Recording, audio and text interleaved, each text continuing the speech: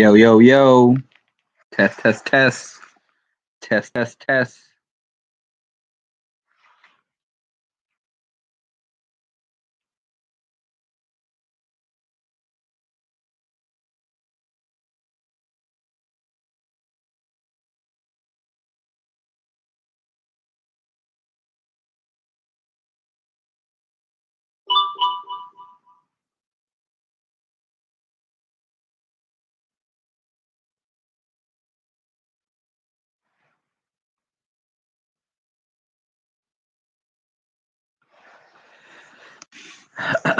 All right.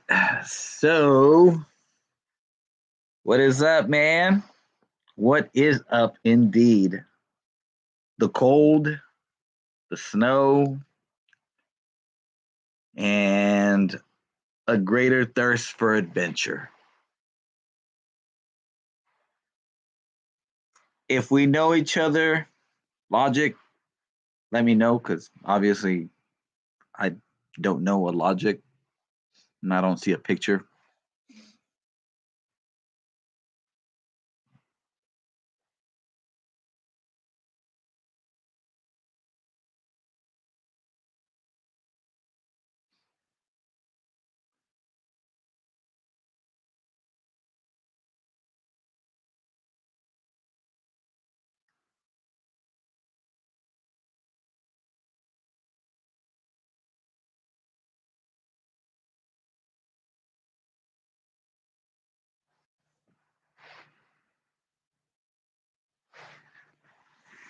Uh, in some aspects, I am doing well. Skank, skanks, man. Yeah, I'm doing well. It's life. Some things doing here, some things doing there. It's a constant this and that. So,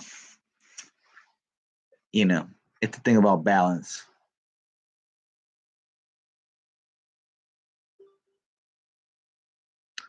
Logic, don't know me, but you're Hispanic, getting into backpacking. Man, I tell you what, I tell you what. The backpacking community, well, actually, it's a little weird because other than doing the PCT, my backpacking experience is very small. And while I will say, I guess, um, overall, backpacking, even through hiking, yeah, minority group is still the minority group. Uh, it's, it's, I don't know, that it's not even a factor. Like, everybody's welcome. It doesn't matter. I mean, I met people that are retired, people that are well off and have their own business, people that are just live on the trail, do jobs, job to job, and just live on trail, keep going on trail, next trail. Um, Long story short, amazing community, man. Backpacking community, especially the through hiking community, is something else. It's definitely my jam, my tribe. I'm glad I found it. Yeah, the new comments do work, Johnny. That is thanks to one of the friends, Ernesto. Thank you, man. Wrote me on Instagram and told me what I was might have not been doing right, which turned out to be it. And here we are, and I can see comments, and the anxiety is gone. Um, Shank, my bad. I got this light in my face. Oh, Tim. Yes, man, Tim. I got some.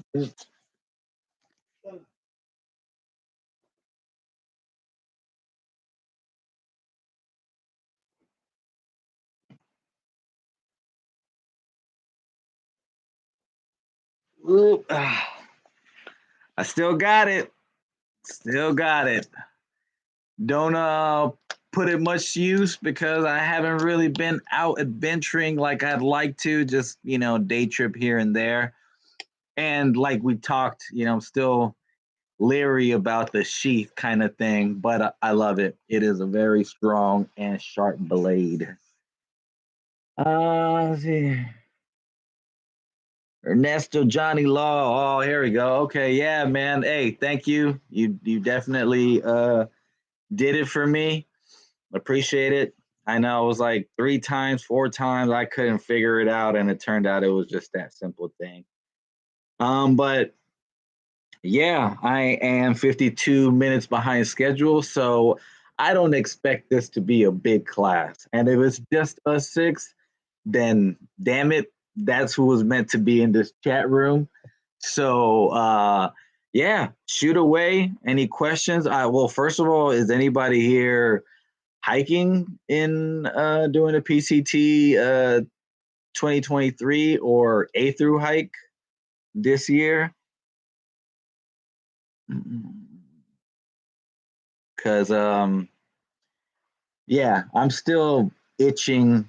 I'm I live by Vasquez Rock, so I've been itching with just maybe a 2 week play either from Vasquez Rocks area to Hikertown, maybe even to Hatchapee, or maybe even starting at the terminus and hiking home because I will say I'm a little jealous of class of 23.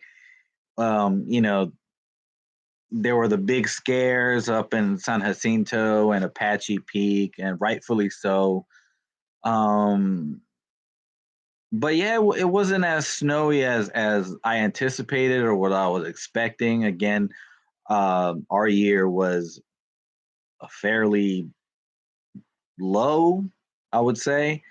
Um, so around those areas, I knew in the back of my mind, like, oh, RIP Macintosh, where that through hiker fell, and everybody talks about it, and everybody's, um, you can just tell, everybody's like trying to be really careful in that area, but it really wasn't jam packed with snow. You could definitely see and that area, that section that where if you were to slip and you didn't have an ice axe or anything, you're yeah, it's a bad move.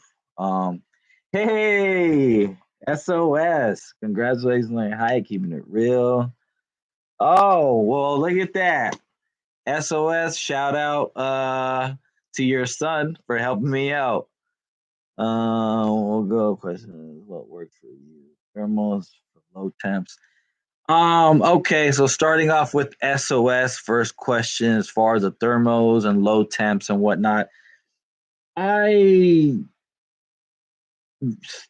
started a little I started in what I thought was conservative, and compared to the end, I was completely different. At the very beginning, I had 2 pairs of shorts, a thermal, windbreaker pants. I had a long sleeve shirt, a short sleeve shirt, a shirt to sleep in. Oh yeah, and then my thermos, I try to keep those clean and just used one shirt and one thermos to sleep. And in my head, I was like, that's not a lot of clothes, swapping the dirty to the clean stuff, having something to clean to wear in town. When I tell you by the time you're maybe halfway or at the end of California, you kick all of that to the curb. I ended my hike with 1 pair of shorts, no underwear, one shirt, one base layer, and one puffy. Um and so 1 pair of shorts and one pair of tights for sleeping. I never wore tights or pants really. I wore pants here, there at the beginning and um, somewhere else, I'm sure. But 99% of the time I was wearing shorts. Even if it's windy, I mean, like if it's gonna rain, you're gonna get wet. Whether you're wearing pants, whether you're wearing rain pants, your legs are gonna get wet eventually. So I really thought of a lot of stuff being irrelevant and just carry the basics kind of thing. Going to PCT in April. What are good shoes? I don't like too often, but right now I have Hoka's. I barely bought some New Balance. All right, with the shoes. Oh man. Let's see. Well, actually, I don't even think I answered SOS's question. Thermos for low temps. I wore. I had one pair of thermos for low temps that I wore them to sleep. I think maybe one or two, three mornings I might have started with them and just threw my shorts over because I was too lazy. I like to wake up and get going.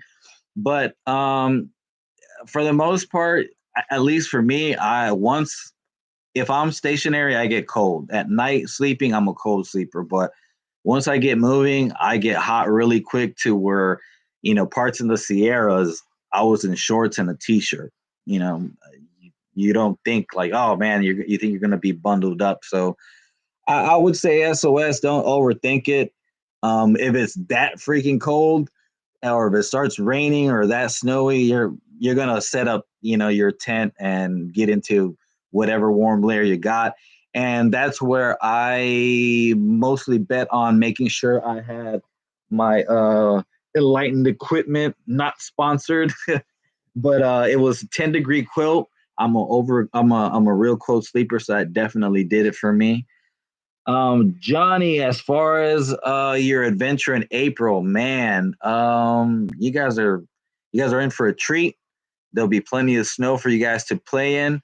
As far as shoes, man, we can have a whole segment on shoes, I think, because I think a lot of people invest in a backpack, invest in the quilt, invest in a tent, but shoes and proper shoes and proper insoles, definitely a game changer.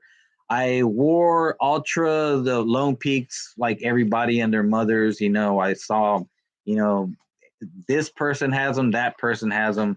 You walk on trail, you're gonna see a good amount of Ultra, footprints all over the place.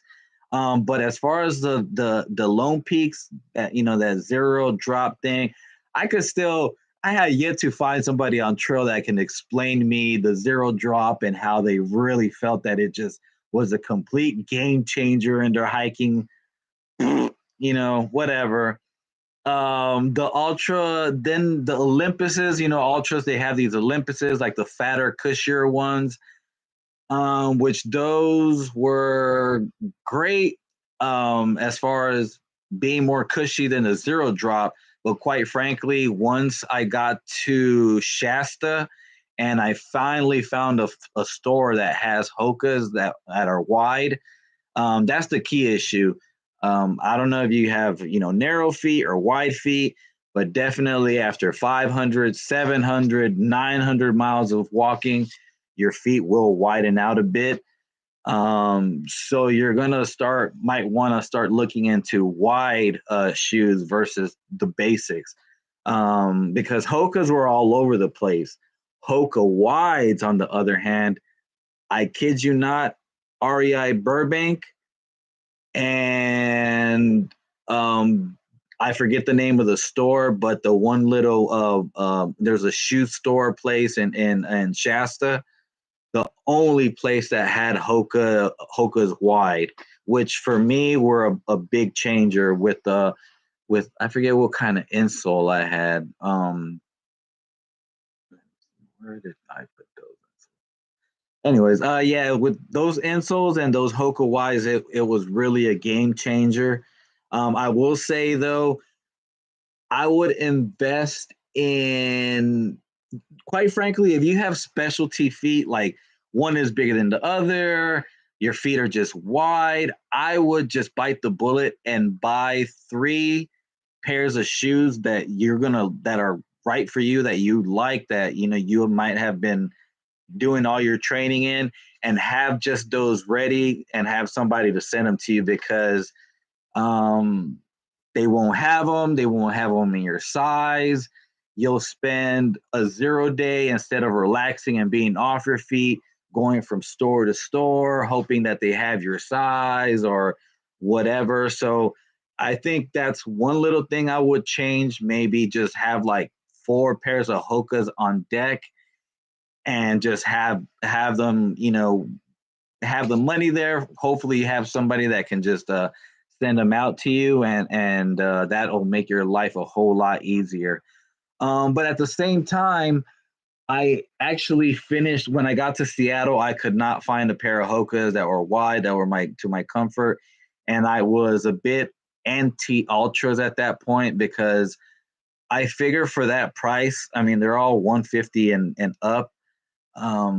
That foamy crap that those Olympuses or Ultra Olympuses are made of, I mean they're right here on the stomping part where I'm a heel striker, so they just get ate up and grinded up super quick.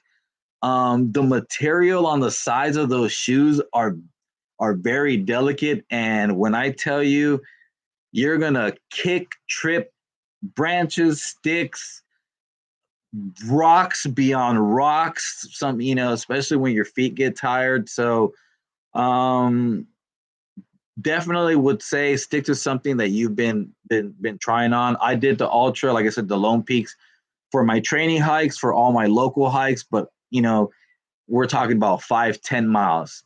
That's great. But after, like I said, 100, 200, 300 and up, you'll start feeling it. um we camped at Cliff a few days before the winter storm. Yep, I bet it was cold. I'll leave the 1080. I'm gonna keep my gym paved trail hikes. Um, I can't really like talk too much on different shoes, Johnny, because like I said, I rocked ultras. Then I went to the Ultra Olympuses because that's what they had, that had meat in it and wide.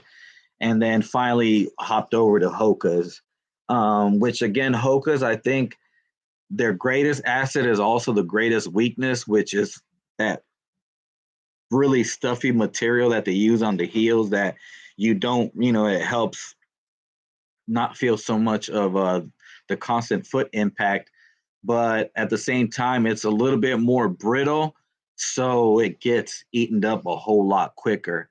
If you guys give me one quick second just to show you guys something.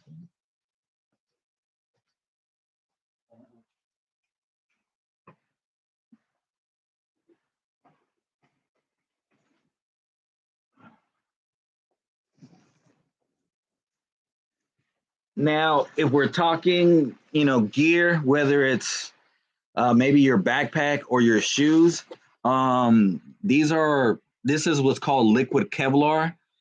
You can find it on Amazon, and it's a little jug with a little brush. You just shake it up really well, and you just tire it on, and it creates really good armor, because for 150 $200 that you're gonna be spending for those shoes, you want to make them last. And believe me, people are getting them cut up as far as day two, because of all the lightweight material that they try to use.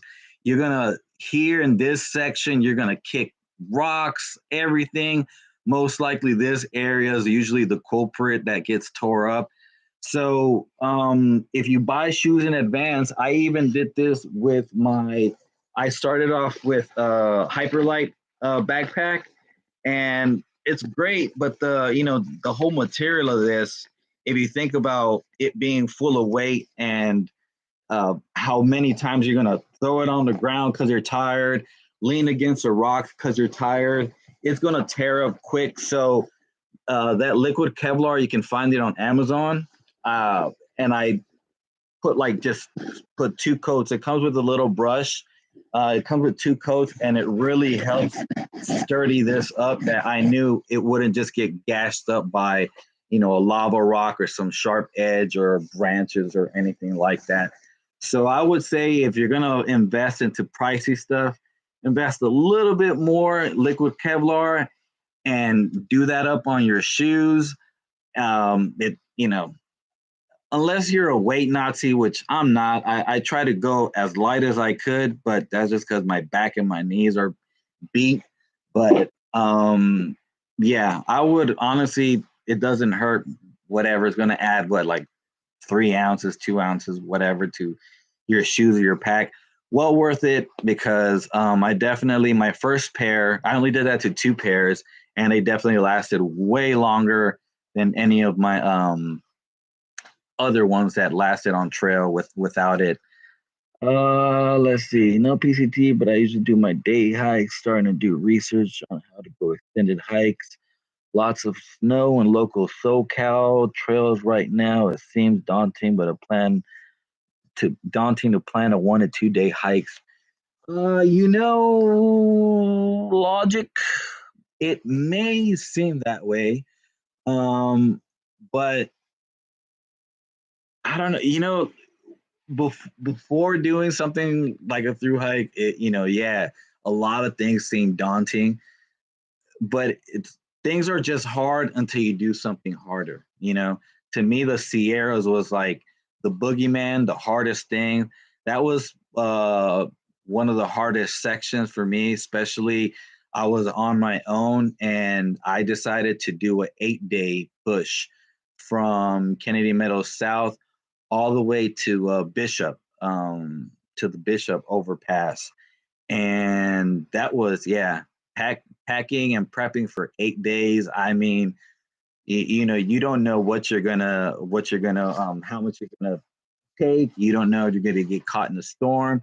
But for 1 to 2 days, I would say it's more here because quite frankly, you don't, well, everybody's obviously a little bit different, but I feel you don't get as crazy hungry from the jump because I think from the beginning I had like 5 days worth of food, and you have so many pit stops at the very beginning.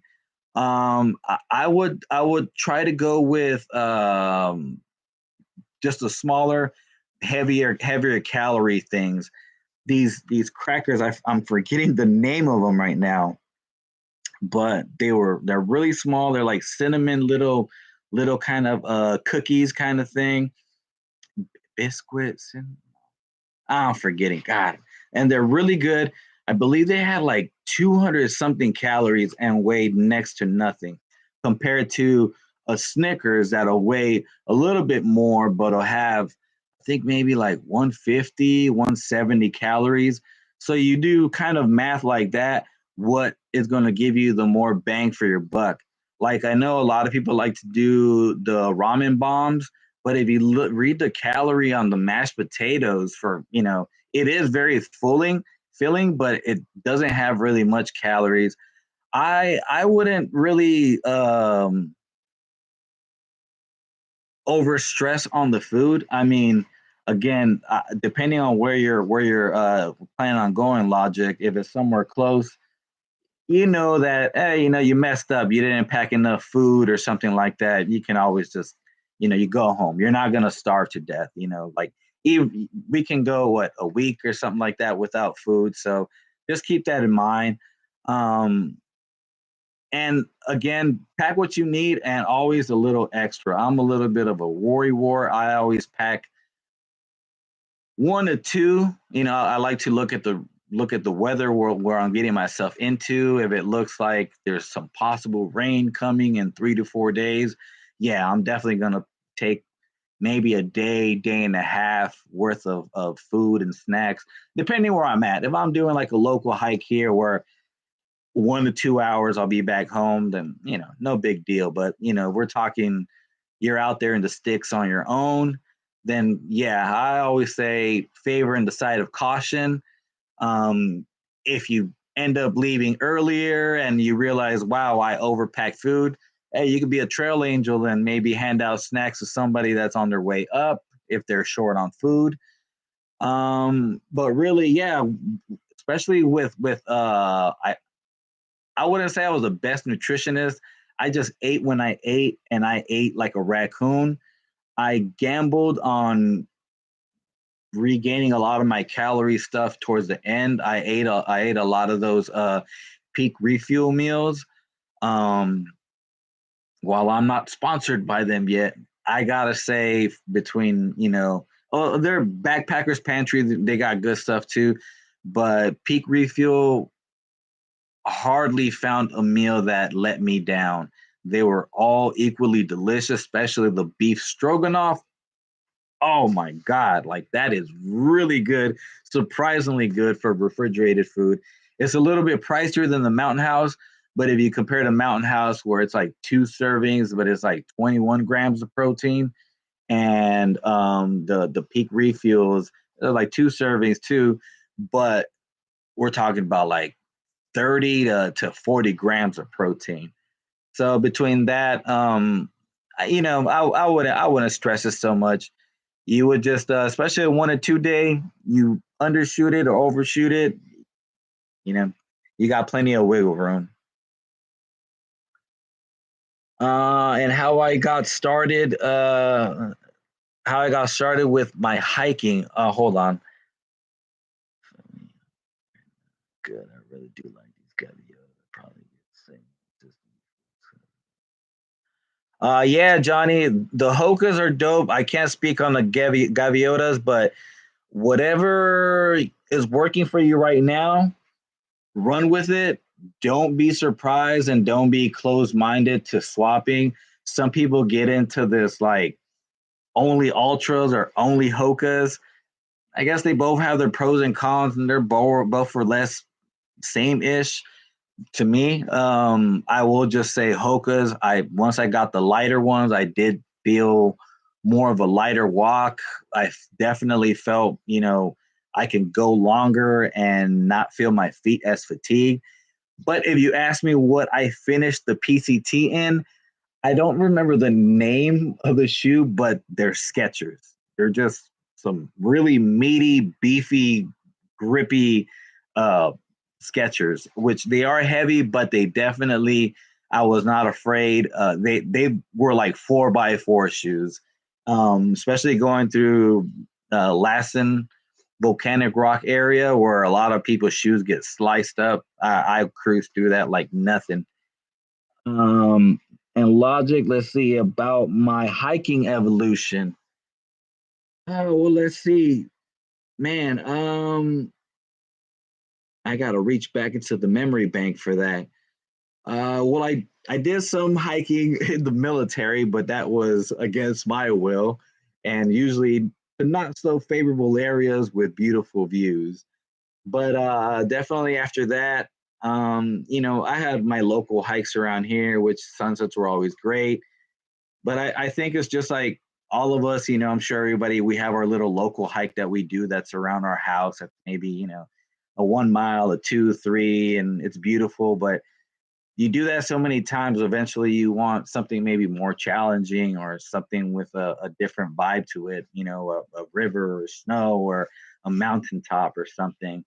Um, and started through social media, Instagram, and seeing what mountains and what waterfalls and what um,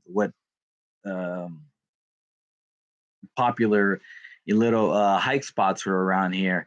And that's when I discovered Mount Baldy. I did Mount Baldy, which is one of the taller one, the tallest one in my area, but not the tallest one in Southern California, which is Mount Gorgonio. But Mount Baldy is it's over 10,000 feet, so I figured it had elevation challenge. It was hard. It has snow. It has wind. Depending on the season. So I did that, and then you start. I remember going out there, heavy boots, military pants, my military issued backpack, just everything heavy, and you start noticing first these like trail runner people that are going up there with nothing, and then you see people that are going up there to camp and they have like a small backpack, and you're just like, where's their bed? Where's their sleeping bag? Where's their stove? And not realizing how our equipment is evolving. So it just branched out from there, just from wanting something a little bit more difficult. And then definitely photography. I was going through some depression, um, late 2018. And yeah, it was just a funk era, a couple of months, especially to the beginning of 2019. And then I got a new camera, and it kind of, I got a new camera and I wanted to get these pictures, but I was like, well, if you want these epic, wildlife shots or sunrise, sunsets, or whatever shots, you have to get out of your house and, go adventure out. Because I was reclusing myself, from friends, family, to society in general.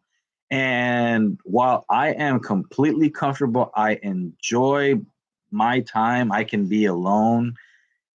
It doesn't bother me one bit. I don't feel depression over being alone. I guess you can say just been around long enough to just get comfortable with your own company, kind of thing. And I think it's an important exercise, because if you can't tolerate your own company, what makes you think other people will want to tolerate yours, right? Um, and it was quite interesting too, because backpacking, I've always gone camping, family camping, but it's always been, car, we parked, and we, you know, campgrounds right there, so you can always walk back to the car. There was never that danger that, I'm out here on my own kind of thing.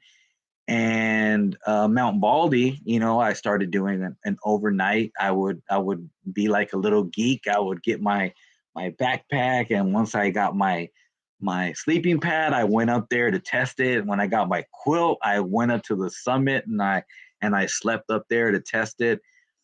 And it's just got me more and more excited to what is out there, discovering, people through hiking, people walking across states, and walking across a whole country. And it just bloomed, and still kind of baffles me, the fact that I've done camping, but I have this much backpacking experience. And I mean, if you want to consider a overnighter, a backpacking, and again, that was getting comfortable, knowing that, okay, I'm out there in the woods. I got, my backpack and everything I need. But I gave myself that safety net, that if shit hit the fan, I just have to hike down the hill, get in my car, and come home and be in bed, kind of thing. So through that evolution of getting new gear, and it would excite me to get out there and finding new trails, and just got me more and more exciting. And again, I remember, because of the depression, I wanted to just run away, and hike, go through California, to the forest. I didn't have any plan. I didn't know how. It just called me, and this is what I wanted to do. I didn't even know there were trails. I didn't know about trail magic. I didn't know nothing.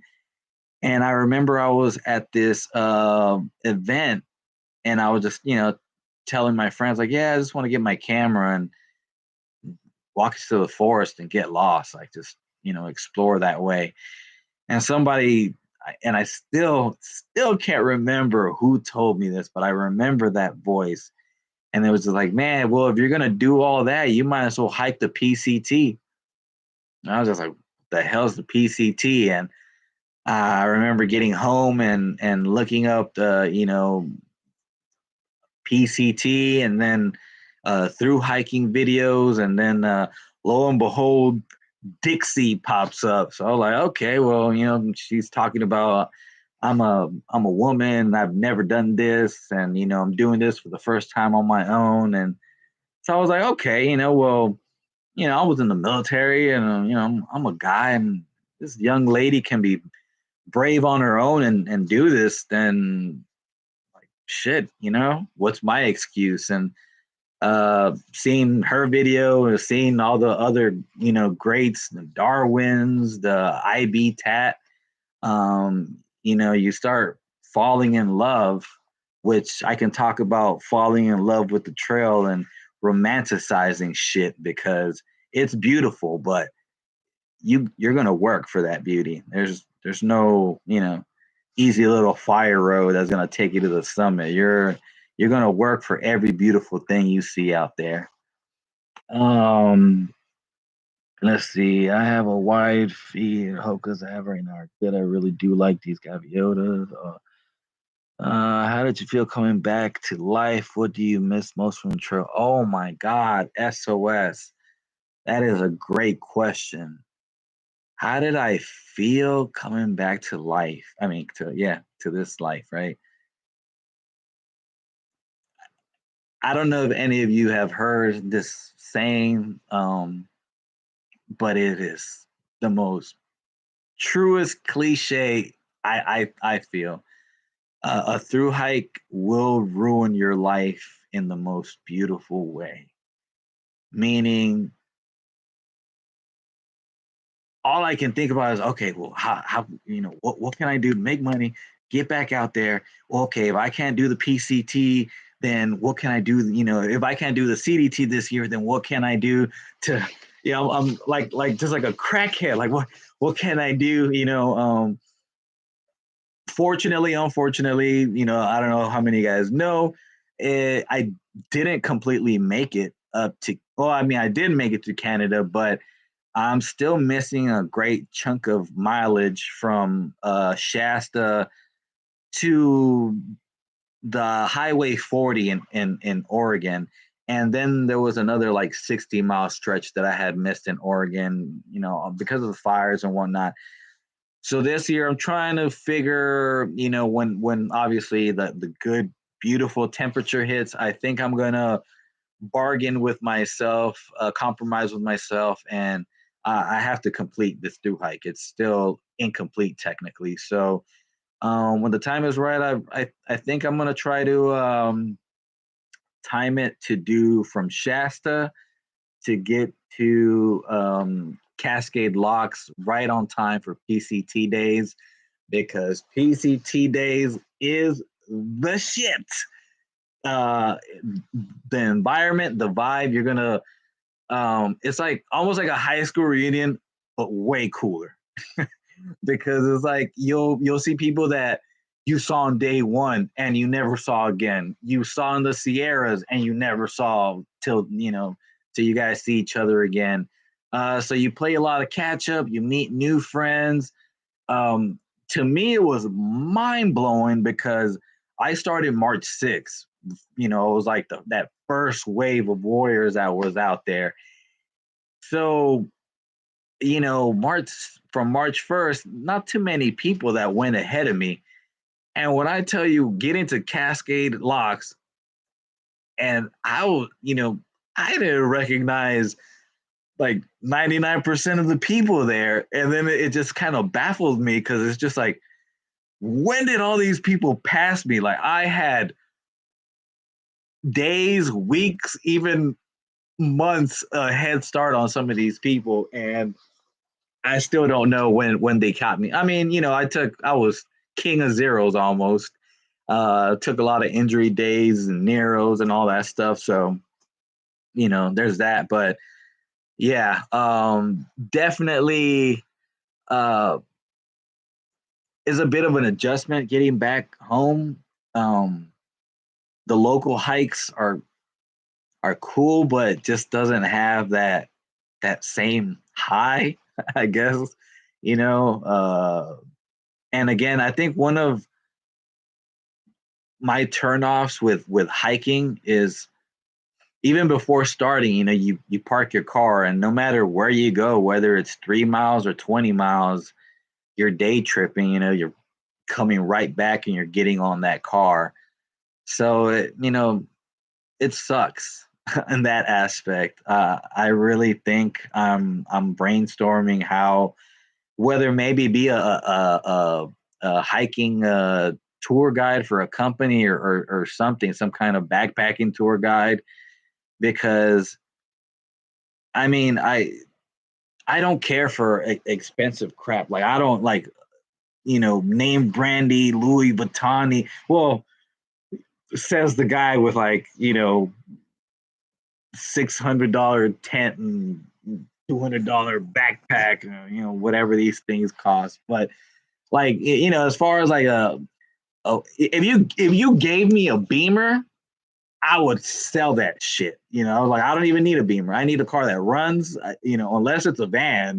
Van life, hell yeah. But it's a little bit of an adjustment. I guess my satisfactions and my joys have changed. Like I don't know. I haven't been to a bar since I've been back. I mean, I'm not a drinker like that anyways, but I'm I'm just hiking really, even if it's just a day trip. I'm working, I'm sleeping, I'm trying to edit something, trying to get creative again.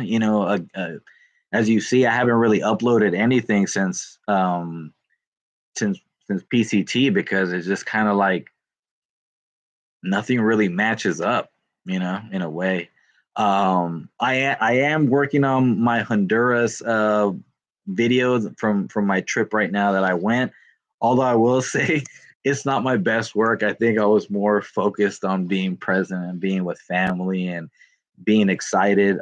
It was very humbling and amazing to go back to a little countryside I'm from and have so many people approach me and tell me that they were proud of me and that I brought good honor to our countryside. So yeah, long story short, it's a bit of a tweak of an adjustment, but I don't regret it because this community is amazing. Like you'll love it. Whether you make it 100 miles, whether you make it all the way, halfway, there's all kinds of people. You're gonna meet all kinds of people, and no amount of money in the world can replace those memories that will be with you for a lifetime. Um, let's see. You changed to a Gregory backpack. Can you talk about why? Why didn't it work? I think I was an HMG. Okay, so Shank. We're yes. So originally we're talking backpacks. I started off with I believe this is a 44 Southwest Hyperlight one. It's 70 liters. Yes, king of overkill. 70 liters. I never really filled it until the Sierras was all the way to the top and hinged up. But that's because I kept my bear canister in there. Um, Pros and cons. Yes, it's lightweight. I guess if if I'm being honest though, the the lightweight between this and this, if you want to be a weight Nazi, I guess, you can see the specifications of how much they weigh. Um, Now the reason I went with this one was because I knew I wanted to do photography along the way, and at the time I had a Canon 5D, and if you guys aren't into photography, just the body itself is like, give me another second.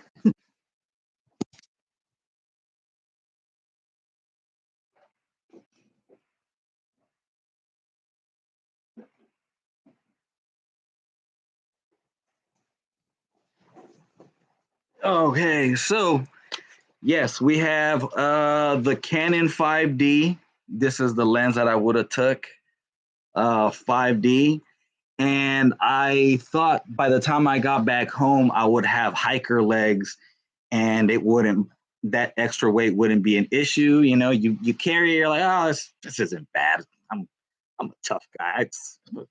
What's this? It's not gonna make my whole trip hell, but it still felt like bricks. So I actually, while I was here, I swapped over to the dark side and swapped to a Sony. So if you can compare bodies, like this one is just meatier, than the Sony. And I think honestly, this whole thing weighs almost as much as my Canon lens. A little bit exaggeration, but definitely glad I did the swap. So yes, the whole reason why I went with this with the Hyperlight folks was it was a light backpack. So my whole mentality was to go as light as I could with the gear that I could, like my tent, my quilt, my sleeping pad, blah blah blah, to go light on that to make room for the extra weight I was going to be taking this. I never really cared about ultralight this or ultralight that, but that's where my mentality was at. And quite frankly, I don't regret it one bit. I remember when I met a PCT hiker before I did it and I was aspiring to do it. And I was just like, man, what, asking him a gazillion questions. And out of everything, I remember he said, if you can swing for pricier, better equipment, go for it. Your back will thank you later. And it's crazy to think that I still think of those words because that is no lie. At the very beginning, you're gonna be like, oh yeah, this shirt and that shirt and extra pair of socks. Sure, why not? Oh yeah, I'll take this whole bandana. It doesn't weigh nothing. But you will quickly start cursing every extra ounce that you're carrying that you do not need. So I hope if you guys are doing it or just, getting into the backpacking thing, pack whatever you want, whatever you think you're going to need. And you're quickly going to see, go for a 2-day trip, a 3-day trip, 4-day trip, whatever you can get. And you will, whatever you carry and you are not using, leave it. Trust. You will start to hate it. Um, Things I did not like. Again, one thing that I didn't really even care about because I, was ignorant or just not as savvy with equipment. Um, load lifters. I didn't think what's the big deal. I didn't care about them. Um, Padding on the straps here. If you see this is actually a butt pad that I found in a hiker box, and I got some duct tape and I just rolled it around because there is no padding here. This is the padding on the straps, and with the weight you carry, you will feel every pound of it. I started to, by the time, yeah, well, I was in the Sierras the whole time.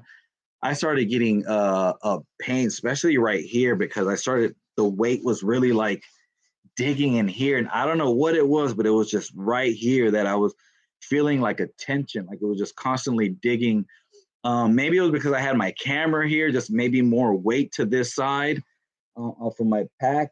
But yeah, I think those are uh, the main highlight things. I love this backpack. I would still recommend it. I would just say this is more convenient if you're like if you're gonna go ultralight, go ultralight, and make it count. Because if you're gonna get this backpack but throw a whole bunch of crap into it, then you're sacrificing comfort for whatever you're saving on weight.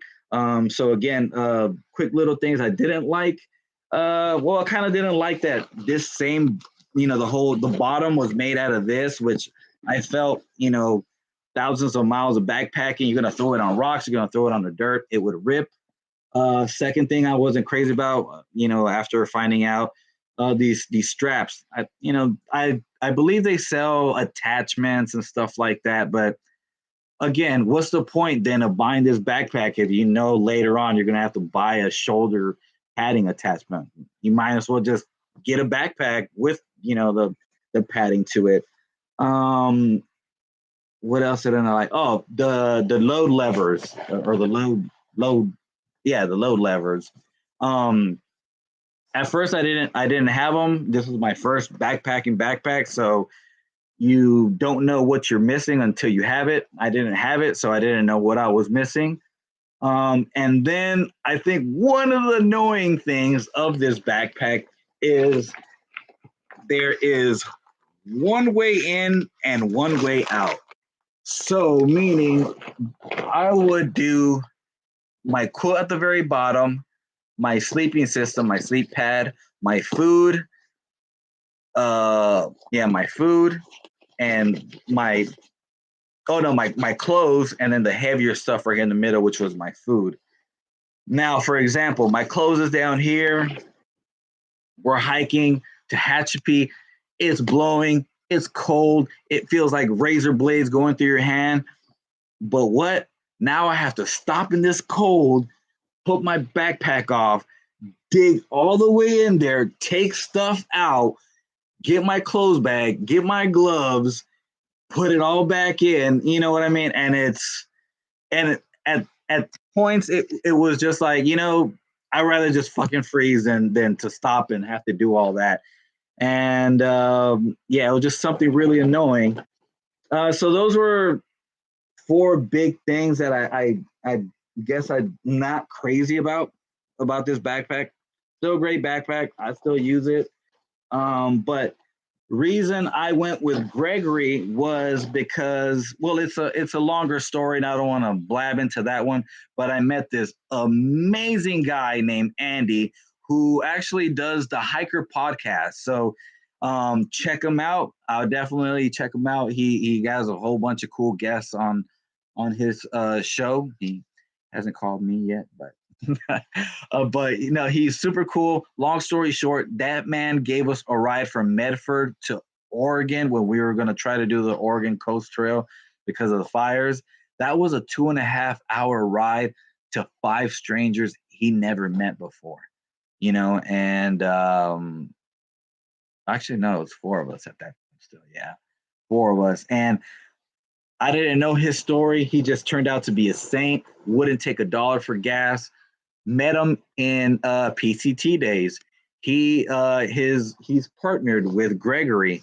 So he asked us to stop by the tent to check out the product. So we were checking them out. I was speaking to him, and I was speaking to the rest of the crew that was running that booth.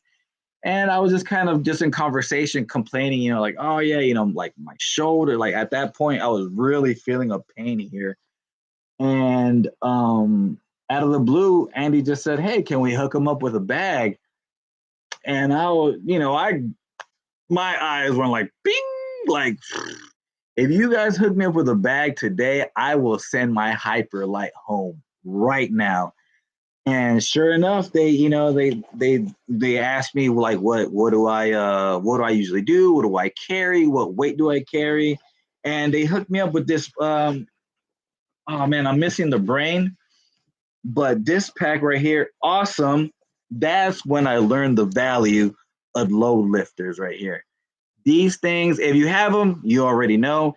If you don't, man, this thing, all the weight, like I don't know how it works. I'm no scientist. I just walk. But it contours to your body where somehow it just lightens up the load, which is amazing. Um, the hip belt, it's interchangeable, so you will be losing weight. You will go from whatever your comfortable little body weight is right now to losing some serious weight. So this is adjustable. A big highlight that I love that I mentioned, whether your gear is in the middle or the top, this zipper, this side zipper thing that zips all the way to the bottom, and whether it's your clothes, your quilt, a quick snack, I don't even have to undo my backpack. I can just reach in there, get what I need, and zip it back up. So again, I loved it. Definitely, it has more comfortable padding there. You can definitely feel the comfort on the meat on there versus the ooh, the thickness of hyperlights. If we put them side to side there. So yeah. So pros and cons, again, as far as con with this backpack, um, I would say I don't know. I don't know. There's a lot of little things I definitely dig about this backpack. It even has this easy access. Oh, that was another thing. I don't have my smart. I do have my smart.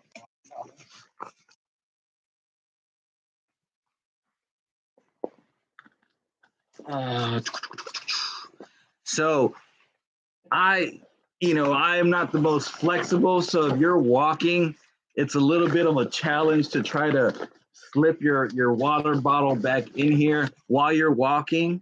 You might have to stop or somebody put it in for you. But this little high speed pocket, I love because you can just right as you're walking, it's open to the side, so you just whoop, slip it right in, and it goes right in. Don't have to worry about it. You're hiking, want to drink some more, pull it straight out, sip away. So quite frankly, I'm glad that blessing came to me. Again, I don't know what the extra weight is from that Gregory pack to the Hyperlight, but where we're talking about comfort to weight, I'll take the Gregory. I would definitely take the Gregory. I wouldn't really take the Hyperlight one unless it's maybe a shorter through hike like the Arizona Trail or something like that, or definitely not carrying camera gear, sticking to the super basics kind of thing. Can you share a little bit about how you keep your calves strong? Oh, Annie, you motherfucker.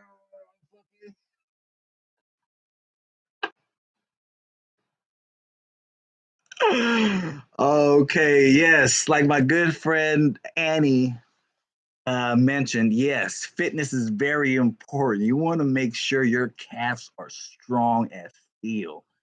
Now, I took fitness courses from my friend Annie because if you see her calves, she has some fucking she has some Clydesdale calves back there.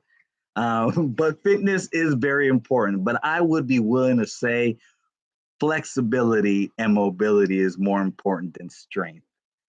Yeah, you figured it out. Did you ever find your corn cob pipe?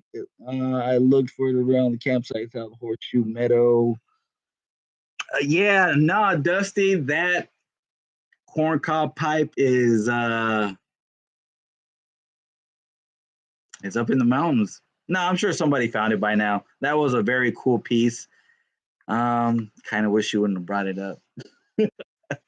It was a very cool piece. Yeah, I kind of miss it, but it's I think it's one of the things I learned on trail because it wasn't the first or the last thing that I lost on trail.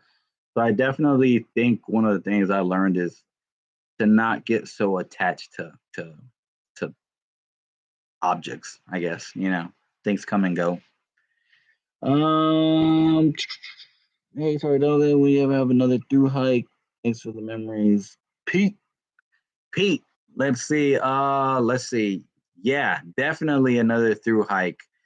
I'm um I'm ready. My wallet is not. So if you know a company or some rich tycoon out there that feels sorry for through hikers, and let him know that I'm his man.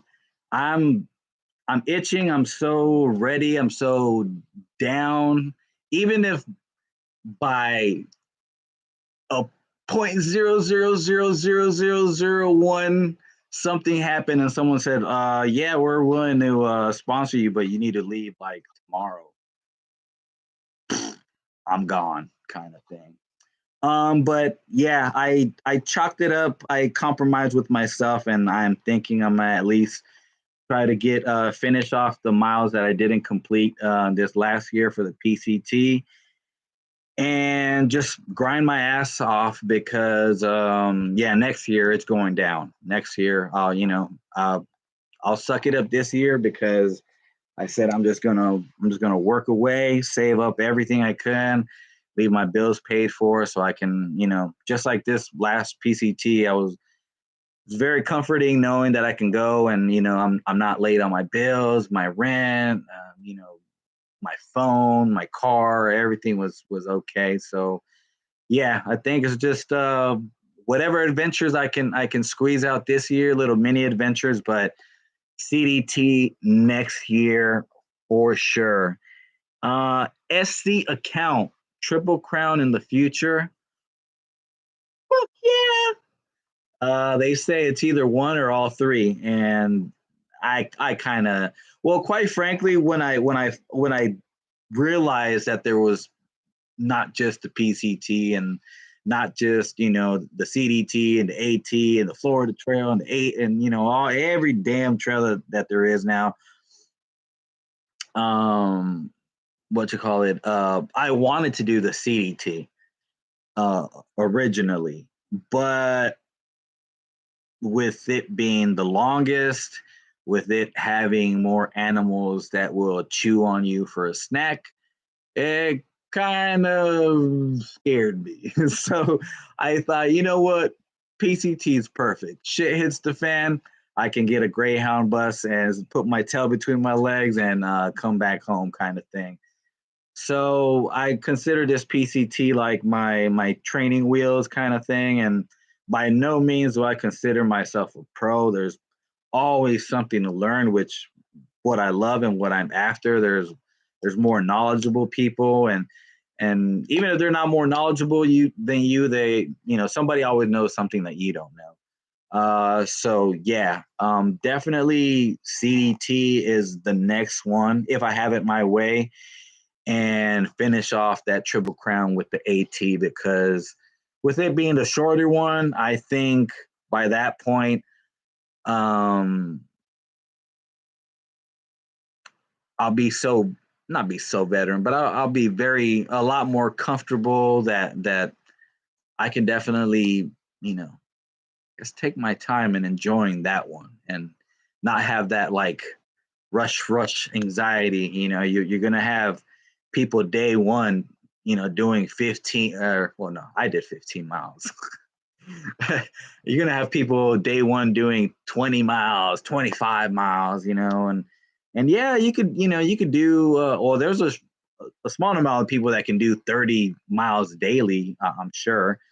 Um, but something eventually is gonna break kind of thing. So I'm glad the AT will be my last as far as the Triple Crown thing, and then from there, shoot, there's plenty of adventures. I know you guys have heard that a Grand American or Grand or some trail that's going from Washington D.C. all the way to Washington State. So that'll be exciting, kind of thing. Um, any thoughts about being in front of the camera rather than behind the camera? Let's see. Behind the it definitely takes some comfort into it. I can't even say that I'm even fully comfortable doing it now. Uh, there were times where I'd be like, "Rah, rah, rah, rah, rah," and I'll hear footsteps. I'm like, like get all shy and all that. Um, but from day one to I guess even now, like anything, you just get comfortable. After a while, I'm just like looking at my mug and I'm talking to a screen and I'm just talking to myself, kind of thing. And sometimes you feel silly and you want to make sure you're saying the right thing, or you don't say the wrong thing, or you don't sound like an idiot. I guess. So I guess it was easier for me in that aspect that I didn't have an agenda as far as like a script, or I wanted to come out as like a rugged guy, or some kind of character kind of thing, and just the lost dude out there on trail, just like 99% of the other people that were out there, and only difference between me and them is I took this and a phone kind of thing, but there are other people's adventures that didn't vlog it were just as great, just as fun, just as miserable as mine. But yeah, definitely comfortable. I guess I feel more creative photography wise because not that I'm lazy, but with a camera, it's just this, and I can move around one angle, take a picture kind of thing, and I can edit it, tones, get rid of things or whatever. But with video, you got a tripod and you got to set it here. And now I'm walking to it. And now I got to move it. And now I'm getting this angle. And now I got to get the angle of me walking towards the camera. So now I got to get the camera and go put it in front, walk back, put it in, it's a whole little thing. So it is, you do get more comfortable, I'd say. And what you call it, you do get more comfortable and you do get better, and more importantly, you appreciate it more so when you're done. um, there were a lot of things that I didn't record. I might have either just been hangry, I might have been angry, I might have been just exhausted and I just want to get to camp. It might have been just too beautiful and I was in the moment, and I just was selfish and just wanted something to be for me. And other things didn't get recorded because I felt that those memories belonged to me and the people that were there, kind of thing. um so yeah, it's a little funny. I don't think I can, as far as being in front of the camera, it's a lot easier because it's just me. I don't know if I could just have somebody follow me with the camera, which, oh my God, that would be so much easier. Or do what I'm doing here with, like, people around without feeling a little silly. But I think, again, that just gets easier with time, like everything. You bought the Gregory travel pack because I endorsed it. Oh, damn. Well, shoot, man. I'm hope you like it. Do you like it? Hope new dog. Hope you yeah, hope you do like it, because again, I'm not sponsored by anybody, and which in a way is what I like, because I can just talk down on that shit or talk it up, because I really, if it's good, it's good. If it's not, it's not. Because I'll tell you right now, as far as gear and stuff, um, I saw plenty of name brand, what is it, Leaky, Likey, those name brand hike trekking poles. I saw those just as much as I saw no name brands, and broken and hiker boxes. So, that's a thing.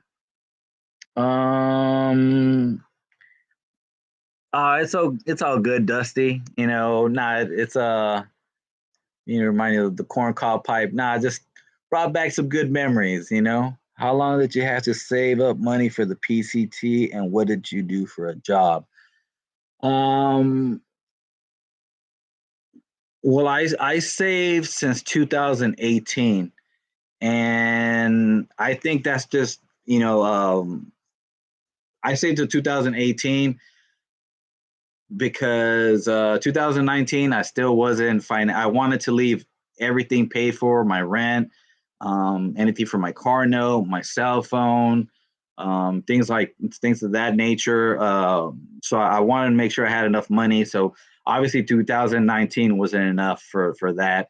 Then 2020 happened, COVID. So um, the trail was closed, it wasn't closed. That's a whole nother thing. Some people did it, some people didn't. I thought it was closed, so naturally I didn't go out. I envy the people that did though. That must have been a really quiet, no competing for campsites in 2020. And 2021, was still kind of in the air. Like, are we good? Are we not? And that's actually when I started working as an iron worker. I was working some blue collar work. I was actually working at a solar field out in the Mojave Desert, right by Hiker Town. I was literally 20 minutes from there. So I live 80 miles from there. So after work, instead of driving home, I was literally staying at Hiker Town. I spoke with Richard, who's the owner of that property, and Martha, which is the lovely lady that runs it.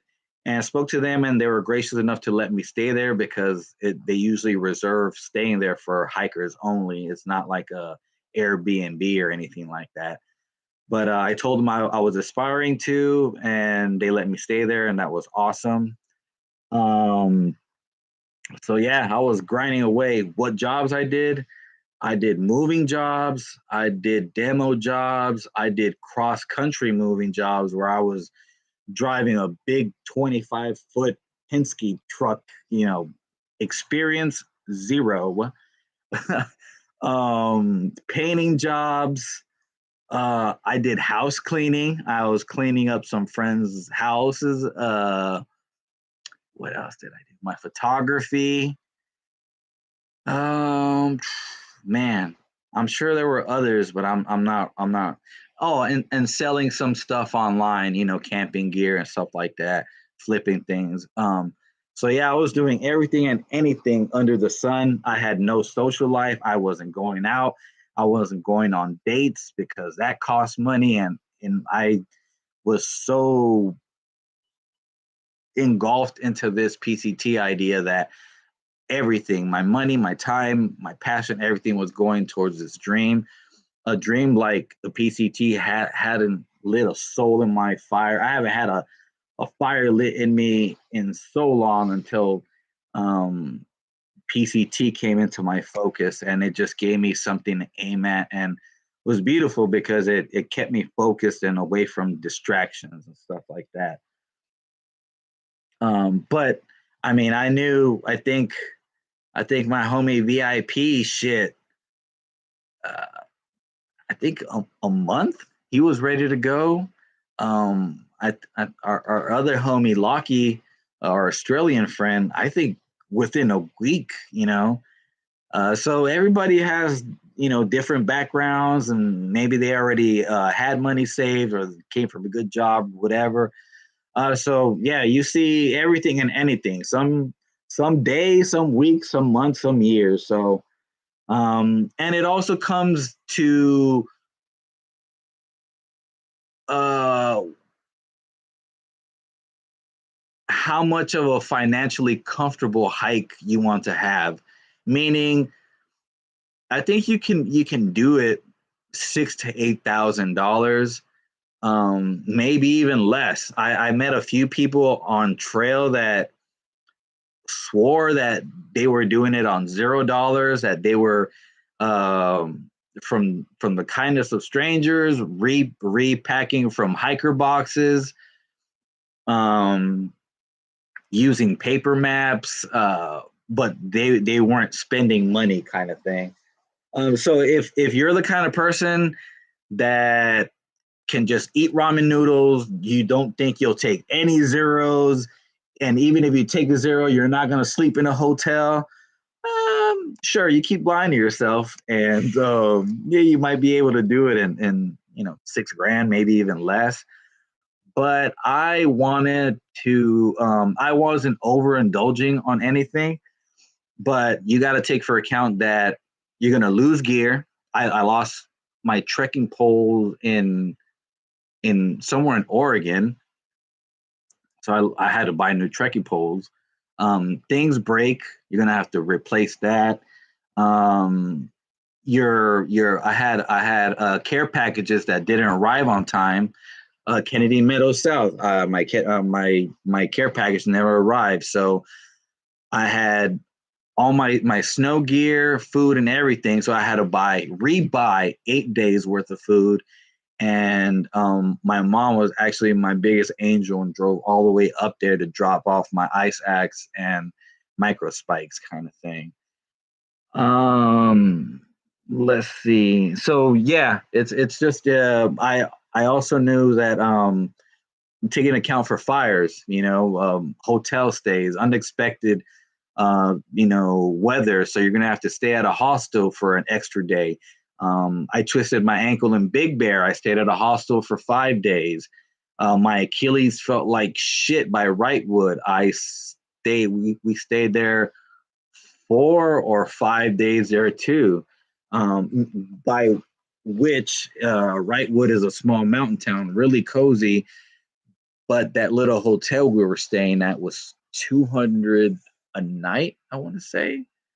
So 200, you have an injury, you have to stay there 4 days, you things add up really quick. And other than injuries, financial, I don't like to say poor financial planning, but um, depleting your financial well is, I think, one of the main killers that kills people's PCT dream or through hiking dream, because those things happen all at once in a combination of all things, and yeah, people have to go home kind of thing. Don't forget one last. Annie, I love you. Hope when you get out here to San Francisco, I will definitely use that as an excuse to go up there, and I know there's some hiking spots up there. And let's see, Dusty, did you get the PCT tattoo? No, I did not. I think if I did get a through hiking tattoo, it would be more so like my friend Mosey. She got like a mosaic of things that kind of will represent or remind you of the PCT. That you will see these things and you'll just think PCT. She had like the desert. She has some lupines, which are my favorite flower now.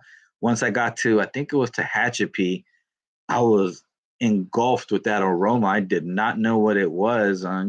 Being a guy, like flowers, but I fell in love with the lupine, and it is my favorite flower. So I don't know. Yeah, I'm a blank canvas. Actually, I have zero tattoos on me. I do want to change that, but we'll see. I don't just want to get like PCT logo kind of thing, but something around that. Let's see, Kevin. How was it vlogging regarding other hikers? Were other hikers standoffish, not wanting to be on camera, or didn't mind being on camera? Um, I, it might have been reversed, where I think I might have been a little bit standoffish, and it's again, considering myself a vlogger, I vlogged this trip because I have a shit memory, which I love looking at my videos now. Like, oh yeah, I remember that because yeah, just you remember highlights, but a lot of the days are just walking a lot. And the trail is beautiful, but the same beautiful tree and creek you pass there is going to be another beautiful tree and creek in the mile, and another one 2 miles after that. So it gets a little kind of like same, like it's all beautiful, but it's still just kind of like. But yeah, vlogging other hikers, I don't think I did too many interviews. I think if anything, it was once I got to know somebody, or somebody that was hiking in my bubble or a little tramily.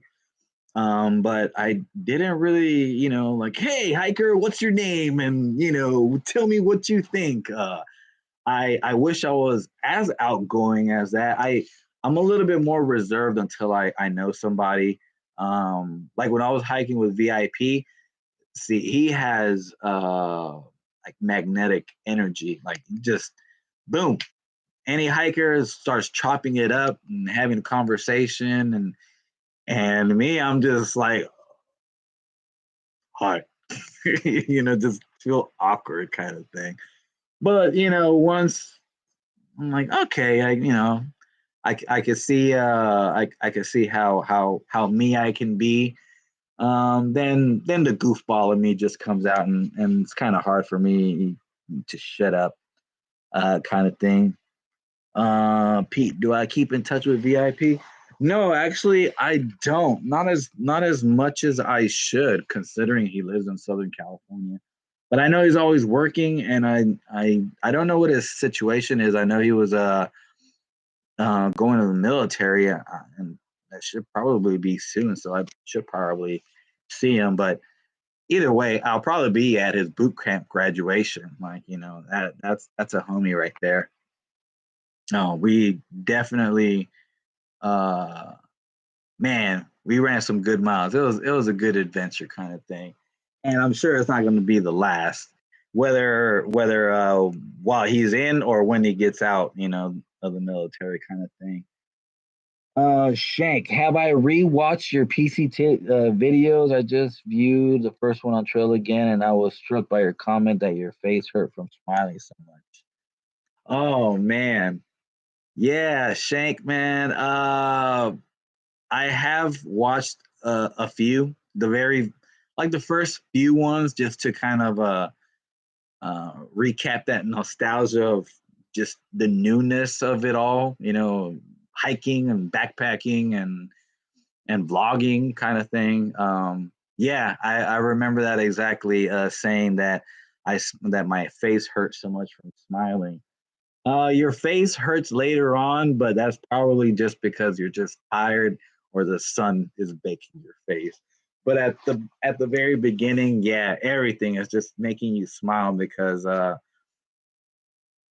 think the bigger geek of a through hiking video you were, the just the harder you smile. Just um, like some of you guys I might have seen. I don't know how many PCT through hiking videos, and you recognize the first mile marker, you recognize mile 3 at the train tracks. What else you write? The malt shop kind of thing.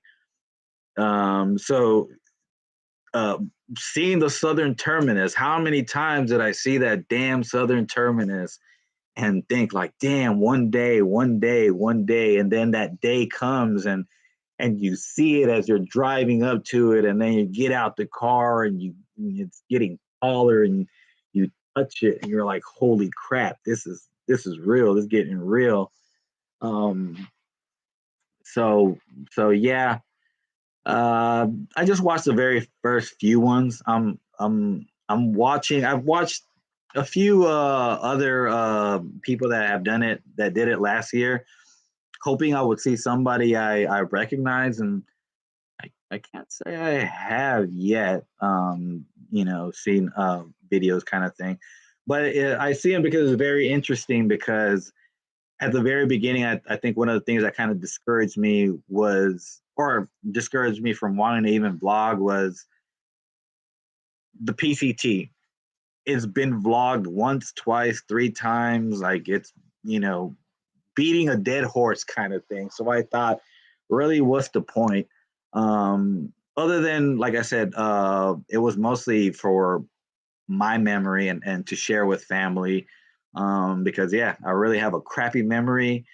And I find it so much easier for me to say, oh, yeah, here's this link, check this video out, instead of me trying to explain, you know, a Sawyer, and then I get a water filter, and then and then I go like this, and explaining the whole process of how to set up a tent or how I got water. It's just so much easier, and I think I'm more of a visual person, so I think I connect more seeing it than just somebody telling me, oh well, when I get water, I go to a river and I scoop it up and I put this thing on top and I squeeze it. And, it's like, oh, okay, cool, But I think seeing it is like it's more exciting, I guess, kind of thing. Uh, Pete, do I have a favorite section of the PCT? What was my biggest wow moment for you? Hell yeah. Shit, Washington. Um, damn. Well, I, wa- damn, I almost want to say it. Man, that's a good question because everybody says, "Oh, the Sierras," and the Sierras is nice. You can't beat that, but trying not to be so cliche or going with the popular vote. I want to say Washington State is just wow. I you know you, I see why they have memes and all kinds of things from the people from the Pacific Northwest always ready for a hike or having hiker clothes in the trunk and always ready for a hike because that is an outdoors area. Like they love the outdoors out there. And probably one of the cleanest sections. I mean, like no graffiti, no trash on trail, no like super clean, super beautiful, views on views. Washington State will kick your ass like holy crap. You were it's tough. You're going up and then a down and then up and then a down and it's an ass kicker, but it's very beautiful.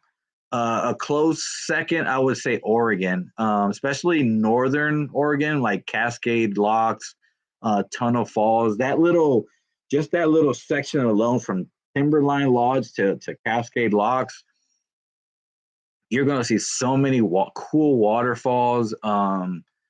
Just wow. Oregon is a beautiful state, excluding Portland. Never see me in that city again. But other than that, Oregon hiking there is so beautiful. I could definitely see myself living up in someplace up in Oregon or Washington kind of thing. Knife's Edge, that was super beautiful. I wanted to experience it in snow kind of thing, but yeah, we got it better. It was dry and clear and the views and everything that area it's really hard to just pinpoint one kind of thing because it's just you know the desert for some, the Sierras for others, northern Pacific Northwest for others kind of thing.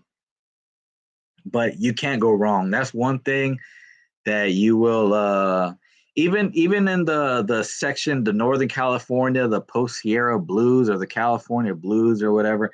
I didn't get none of that honestly, because every day you're going to see something you've never seen before, or a section that you've never seen before. So every day is a new day, at least for me, kind of thing. So never really got bored, kind of.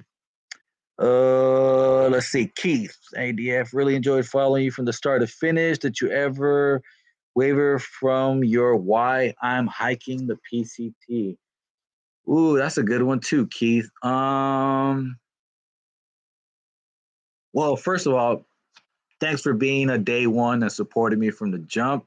Again, I know there are so many other through hikers out there with more experience and cooler editing or better editors kind of thing. So I appreciate you being there from day one. But let's see, the why am I hiking the PCT? Um, yeah, I can't pinpoint. I can't pinpoint exactly when or where, but I can recall saying like, "Why am I hiking?" Like reminding, not saying why am I doing this, but reminding myself why I was hiking it. And even if it was just a hot, grueling uphill kind of day, I would frankly just remind myself of the hot days I did in the Sierra, in the Mojave when I was working that iron worker, those solar fields, construction boots covered up, walking in that soft sand for 10 hours, miserable. And I remember looking up at the windmills that are up by Hiker Town, and they would always make me smile because it would remind me why I'm suffering, why I'm enduring that bullshit job, why I was enduring that toxic environment to work in. But I would just think about, this time next year, it'll be my turn and I'll be doing the PCT and I'm going to be hiking right through those windmills. So, um, definitely having a strong why is highly recommendable because not every day is, it's not just like, oh, I'm walking through the park and it's easy. Some days it does feel like work. Other days I didn't feel like recording shit because I was either in a pissy mood or just really tired or just not in the mood kind of thing.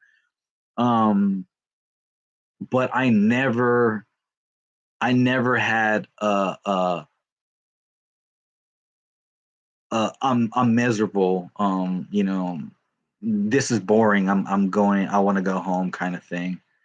um oh, actually no, I guess you would, if you've seen my videos, then you would call me a liar because when I was done getting to Canada, and when all was said and done, and I said goodbye to the last person I knew on trail, and I was on my own trying to finish Oregon, going southbound. I did Oregon a few miles that I could do southbound, but I had to stop in Portland again for an overnight to stay there, and I was alone. And I remember I got there during the day, and I was like, okay, I need to go get food because as soon as I wake up tomorrow, I need to get back on my way to get to Cascade Locks and get going. But as soon as I got to my hostel, I just wanted to, I don't know, I was just wanted to like cry, like I was sad. I was like alone, alone, alone again. Now I'm going solo. By this point, a lot of people were either done or quit trail. Very few people were talking about going solo in Oregon.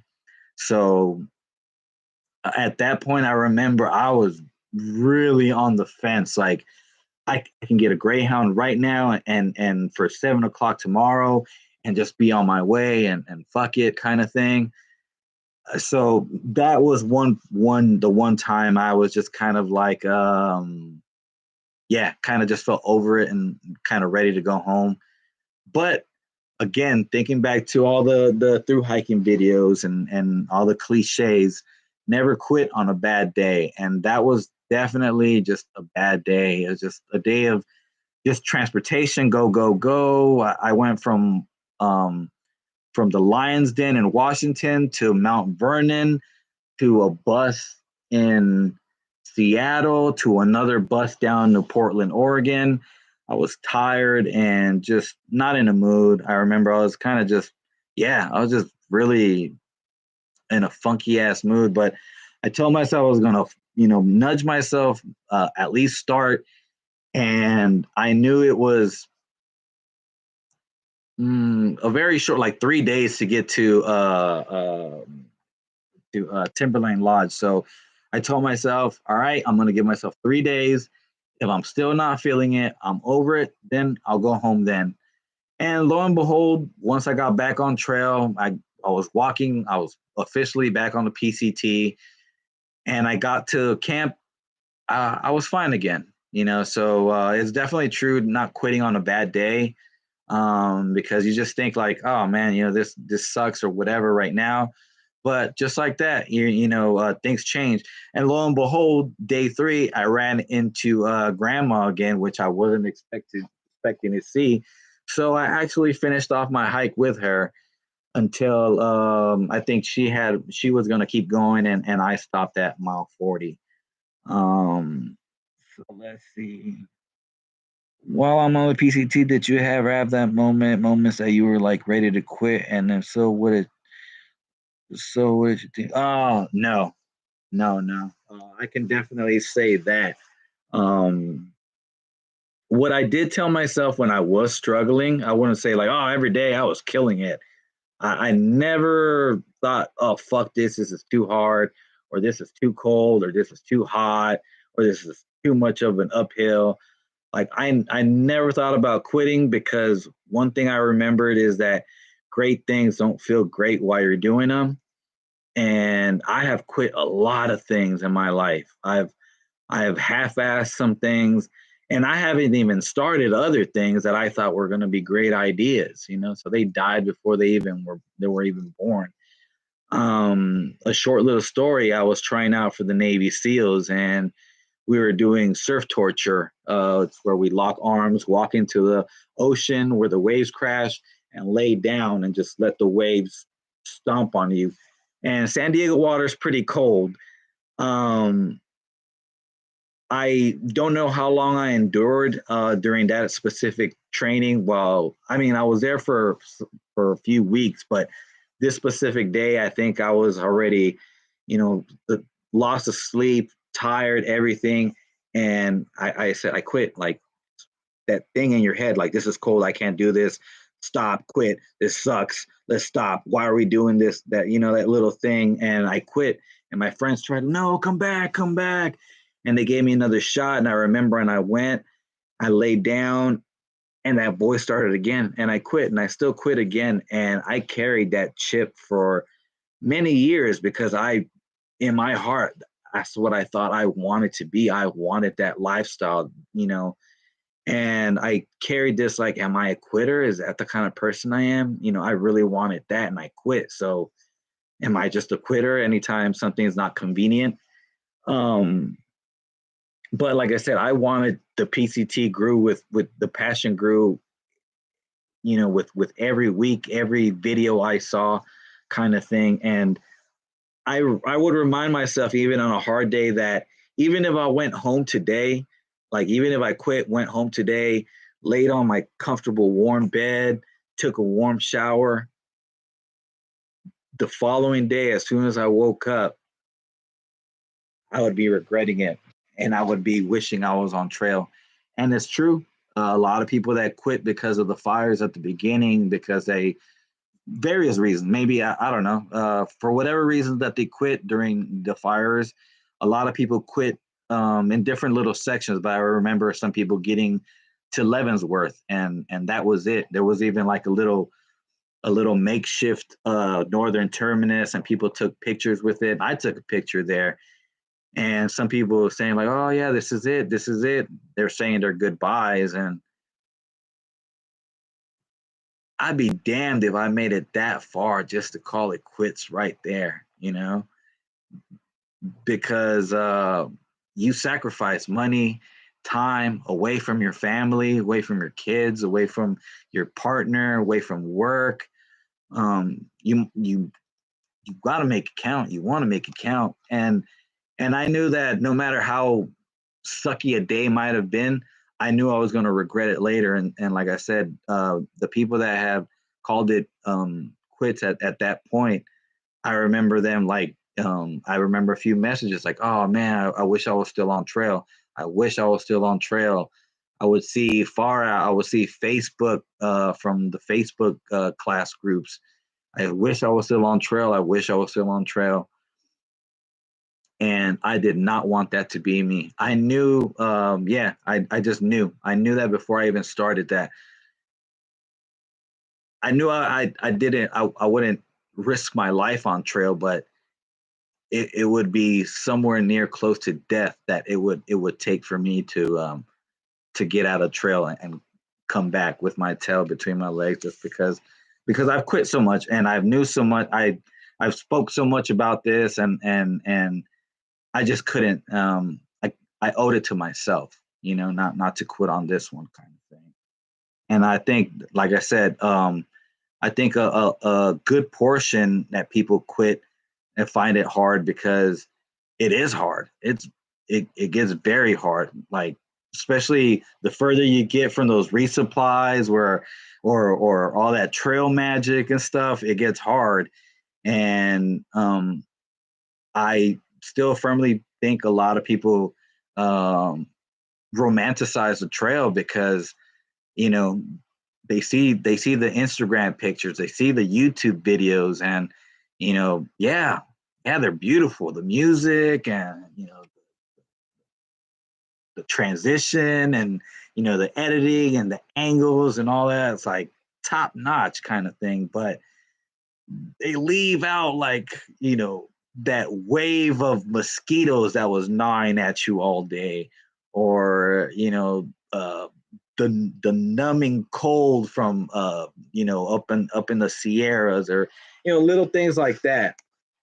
kind of thing. And I think, or the hot of the desert. You know, a lot of people come from parts where they've never experienced heat like the desert, and especially those May starters starting in May.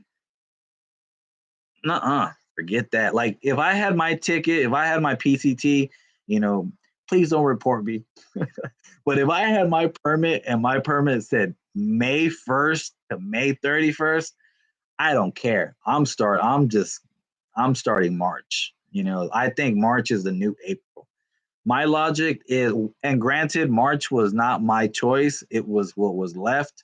I wanted to hide in the middle of the herd like everybody, usually likes to do and start in April because it's like what is perceived as the best time.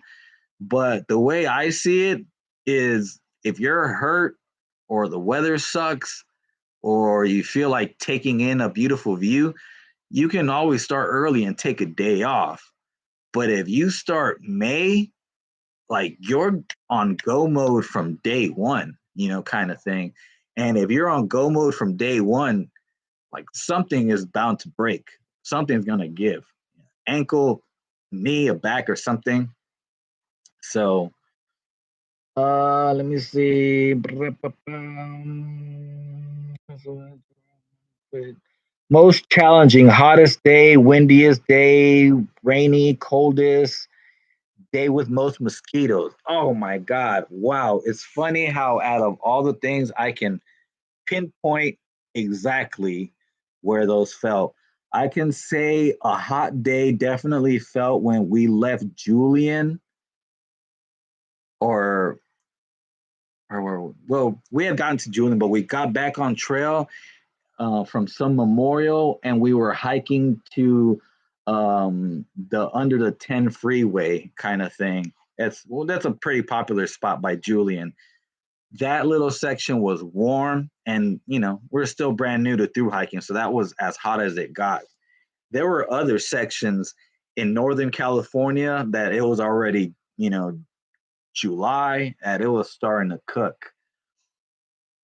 And it was just long days, and when it's a hot day, I mean, all I can really say is if you're not a hot person or you don't like the heat, if I was starting in May, I would definitely be starting at 3 in the morning kind of person, or wake up at 3, start going by 4, and getting as many miles in as you can before 10, 11, because by that point you're going to be looking for a place to take a siesta from like 11 to 3, 4, 5, whatever, however hot it is, and then finish off the day. So definitely somewhere the desert and somewhere Northern California that I can remember were just like, all right, we're hiking 5 miles and then we're stopping at this river and we're gonna take a 2 hour, swim, eat, lounge break kind of thing. The two coldest days, I will say I easily remember I had three actually. The day going into Big Bear, which was oddly just a really cold morning. Everything, I woke up with frost all over my tent. Uh, the day I did Mount Whitney, that night there was supposed to be some kind of cold snap coming where I believe the temperatures got down to 15 or 20 degrees or something like that. So that's where I really put the 10-degree quilt to work. I threw on every piece of gear I owned. I even stuffed my flag, I think, inside my pants. And I was okay, actually. I slept like a warm burrito inside of my little quilt cocoon.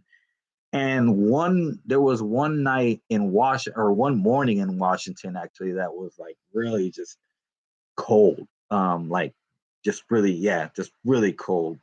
Um, Wind, yeah, that would be the Mojave, and especially between Hikertown getting to Tehachapi, because well, wherever you see windmills, just know that the city or whoever has invested in those have invested thousands, if not millions of dollars into surveying that land to making sure that is the windiest area where they will get more bang for their buck. So just count on a lot of wind wherever you see windmills.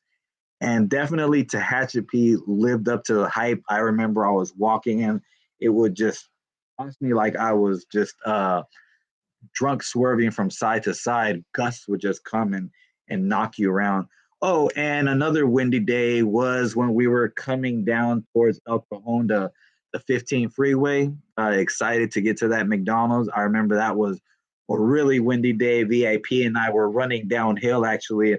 I remember sometimes I would just kind of run. If I was running into the air, I would kind of jump and you would actually get a little bit of hang time because of all the wind blowing into you. Uh, Coldest, hottest, most mosquitoes. Yes, I bought a complete bug suit. You can check it out on Amazon. It's like a mesh pants and a hood top, and it comes with a hood and a zipper.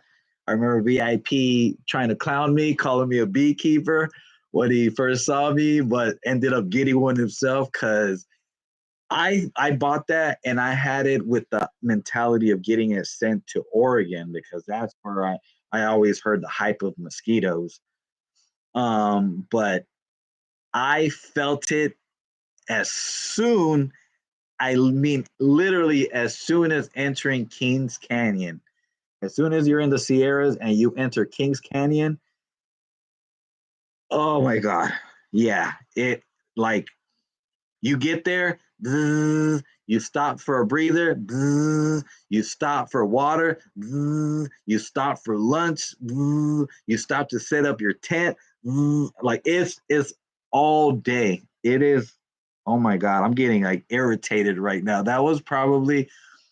I remember there was a portion where I lost my shit. I was just screaming and just swinging all over the place because I just went mad with mosquitoes. Like they do not leave you alone. Um, Off 100% DEET. Yeah, it'll work while it's fresh. For all you people, earth friendly vegan.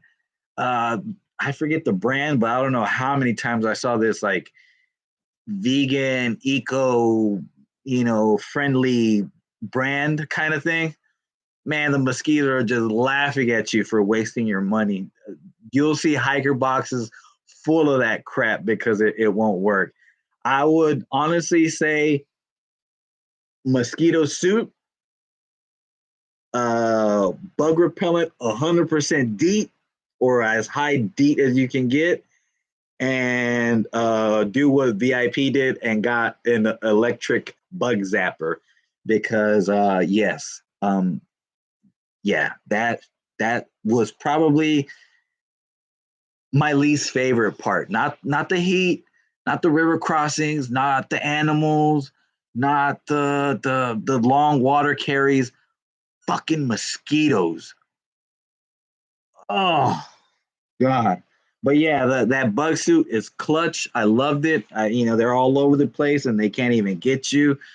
I was surprised, especially the people that live in those areas. They were like, "Oh my God, where did you get that? That's such a great idea." It just seemed like a no-brainer, but goes to show you, sometimes you think of things that other people don't. So you can always learn something from somebody.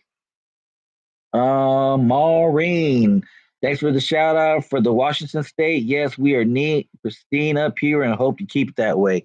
Yes, Maureen, I hope y'all keep it that way too, because I would probably be one of those annoying Californians that transfers up there because I love it. Um, Except I was kind of sad that you guys aren't crazy about porcupines. The people I encountered my first porcupine on trail, which was amazing. I didn't realize they were that big, and I didn't know that they climb trees. But apparently, locals aren't too crazy about them because they eat the bark at the base of the tree and it kills the tree. And they also like to eat uh, plywood from bathrooms, so they mess up like the doors of their bottom woods of the bottom wood area of a pit toilet or things like that. So yeah, that's what I heard. But I thought they were great. the berries, the wildlife, like oh my god, I'm in love with Washington, definitely. Shank, I got family in Bellingham. Let me know if you ever want to check that city out. What Bellingham? I'm not too familiar. Is that in Washington or Oregon? I will say I fell in love with, or I would have liked exploring a little bit more. Bend, Oregon was beautiful. It gave me big town vibes. It gave me like the warmth of a small, cozy town, but with the accessibility of doing cooler variety of things with a bigger town vibe to it. Um, my wife and I enjoyed all your videos from day one. I always liked that 98% of the comments on your videos were positive and hopefully encouraged you. Did you do? How did you deal with the jerks making the negative comments? Washington. Oh, hey, I might just do that, Pete. Yeah, Washington is beautiful. I'm curious about Idaho. I've heard some things about Idaho as well too. So that's something else I'd like to explore. That Idaho was like Bend, Oregon, but um, less crowded, I guess. Uh, and again, Pete, as far as the negative comments, I think that I recall, I think there was just one guy trolling me. Um, I think he said some racial comments, which I have thick skin. I guess that's how I deal with it. Because like I think he mentioned something about if I had issues down when I started in New Mexico with Border Patrol, and I guess it would be easy to get mad and get on my keyboard and give him a piece of my mind, but I'm on trail having fun. He's in his basement, on the couch typing away kind of thing. And I'm an American citizen. I was born here. Yeah. Like I'm a military veteran at that too. So I actually found those a little bit entertaining. That's why I never blocked them really. I'm sure they're still there because yeah, I just wanted the world to know um, that person's comments, that these kind of comments exist. It didn't phase me. It didn't discourage me in any way because again, as at least to my recollection, only one person came out to be negative in that way, and it was that one person, which was some troll account, which I don't really care for. Um, you can hook me up with Idaho. Come out and we'll take a hike some parts of the South. Oops. Hey, I might just do that.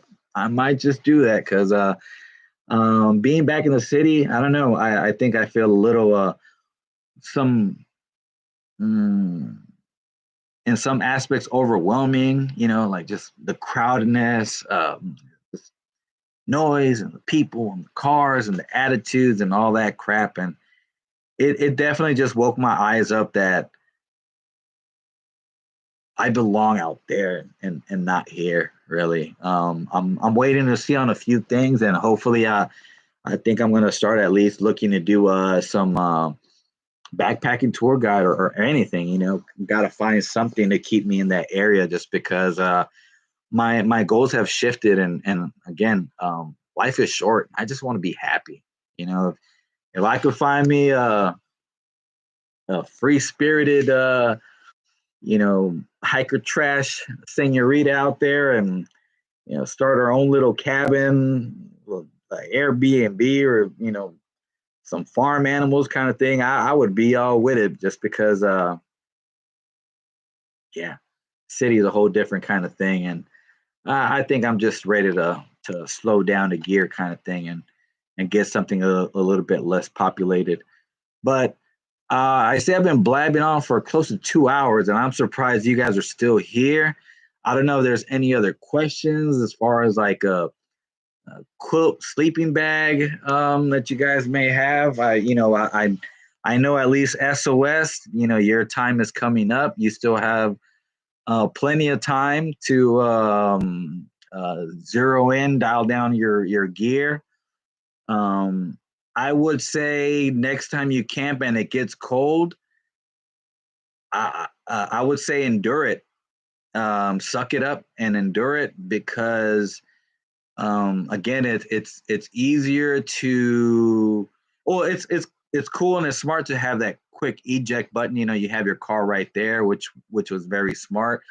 But getting into the mentality of what's to come, because I would say how stay cold. How cold were you? Okay, next time, what can you bring? If your feet were cold, you can buy some feet booties. They actually sell down booties, so you can put those on as slippers at night. Um, which I had bought some synthetic booties. My feet get cold. I bought synthetic booties. Ended up not using them. I think VIP used them twice. Used them more than I did because I was just carrying them for no reason. Because my feet get cold, but the quilt I got was a kind with a sewn foot box. So I basically have this big, fat, lofty thing to protect my feet and don't have to worry about air, cold draft getting in there, kind of thing. Um, Thanks for great information. Thanks for the trail name. Hope to see you out there. Maybe Trail Angel. We start April 17th. Yeah, SOS definitely. You're a day one partner. So if you need a Trail Angel, I got you because I know you're a real one. Well, you'll have to make it up to Vasquez Rocks. That's going to be your challenge. All right. So more water. Um, don't go crazy pushing, big miles. I think if anything, even if you're training, I would just do 10 miles. Because a lot of people get into this hurry up mentality, and I myself, kind of had to check myself at the very beginning. And people that start in March, you can quickly see the difference between that and the people that started like late April, anybody in May, because it's like, oh my God, I'm starting May 15. All these people have like months and weeks ahead of me, kind of thing. But let's see, I think I did my total. Let's see, 2,650. My total days that I hiked was um the total days that I hiked from Mexico to Canada, and my conclusion of what I could get in Oregon, I did uh, um, about 220 days or 223 days, one of those two. I'm horrible at math, but the trail is 2,650 miles, right? It took me 220 days. I could have done 12 miles a day. So if I would have taken no zeros, or yeah, if I would have took zero, like a lot of zeros or extensive zeros, at doing 12 miles a day, I would have done the same as what I did compared to what I just did, kind of thing. So anybody starting, my first day, I told myself I was going to start really slow. And I got to a campsite that was around the 10, 11 mile mark.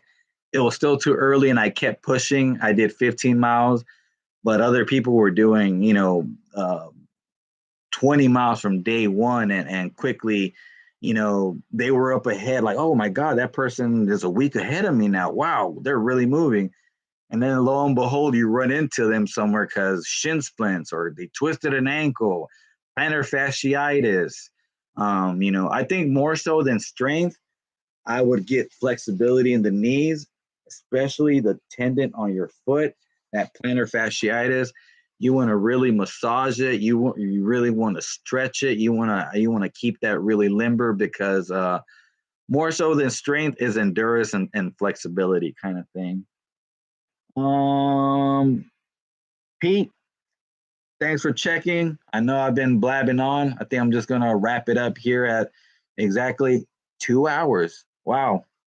You're a great inspiration. A hiking guide would be a smart choice. Keep you in the woods, making money. The forestry department sometimes needs people to do trails as well. Yeah, that is definitely a good thing right there, Ray. I like that last name, nomadic. But hey, I just inspired to aspire or aspire to inspire actually. Um Again, I'll probably try another one. I'll probably, I'll do another video, another Q&A because I know sometimes other people might have not joined. I know some people might have joined, but I was having a lot of technical difficulties at the beginning. So I'll probably do another one, for the people that are about to start because yeah, I know the excitement, but the anxiety of am I ready? Do I actually have the right gear? Is this right for me? And nobody's gonna know that but you. And the only way you're gonna know that is by getting out there. And I mean, even if you're literally, you don't have to drive an hour away and go to the mountains, like literally sleep in your backyard. If you have a home or you have a family member that has a home and a backyard, and practice pitching your tent. I don't know. There were some people that have those um, poles like tents like I did, the Z packs, where you gotta put them up with your trekking poles, and didn't really practice, and they're either falling all over the place or not strong pitches. So um, train like you fight. Sleep in your tent. Hey, maybe you don't like this. Maybe too much of a cold draft there. Check your sleeping system. Hey, maybe this sleeping pad was awesome and recommended by this guru, but I freaking hate it. So you don't want to wait till you're on trail to figure out that something's not right for you, or um, you hate it. It's just not your kind of vibe. So yeah, I will gladly do another one of these videos. Hopefully, inform anyone and any other thing, kind of thing. And yeah, let's see. Enjoy watching your journey. Just retired from the army, and I start in 10 days. So much snow. Holy shit, Ashley. Well, huh to you. Thank you for your service, sister. And you start in 10 days. 10 days. What's 10 days from now? Oh snap! No way.